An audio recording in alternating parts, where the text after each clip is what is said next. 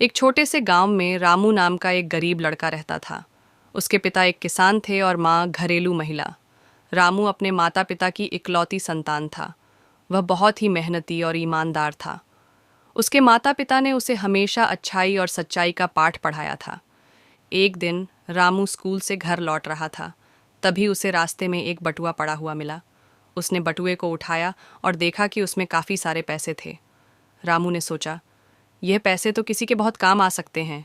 मुझे इसे उसके मालिक तक पहुंचाना चाहिए। उसने बटुए में रखे पते को देखा और उस दिशा में चल पड़ा। वह पता गांव के एक धनी व्यापारी का था। रामू ने उनके घर जाकर दरवाज़ा खटखटाया।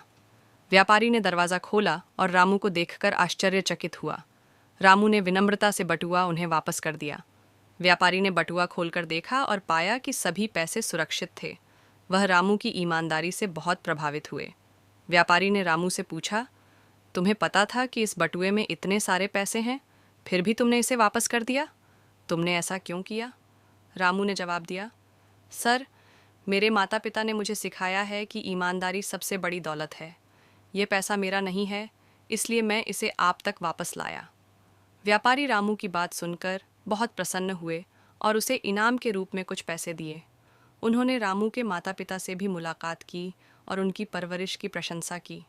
रामू ने उन पैसों से अपनी पढ़ाई पूरी की और बड़ा होकर एक सफल व्यक्ति बना। उसने समाज में ईमानदारी और अच्छाई का महत्व समझाया और सभी को प्रेरित किया। इस कहानी से हमें यह सीखने को मिलता है कि ईमानदारी हमेशा फल देती है और अच्छाई का मार्ग हमेशा सफलता की ओर ले जाता है। रामू की कहानी आज भी गांव में एक मिसाल के रूप में सुनाई जाती है।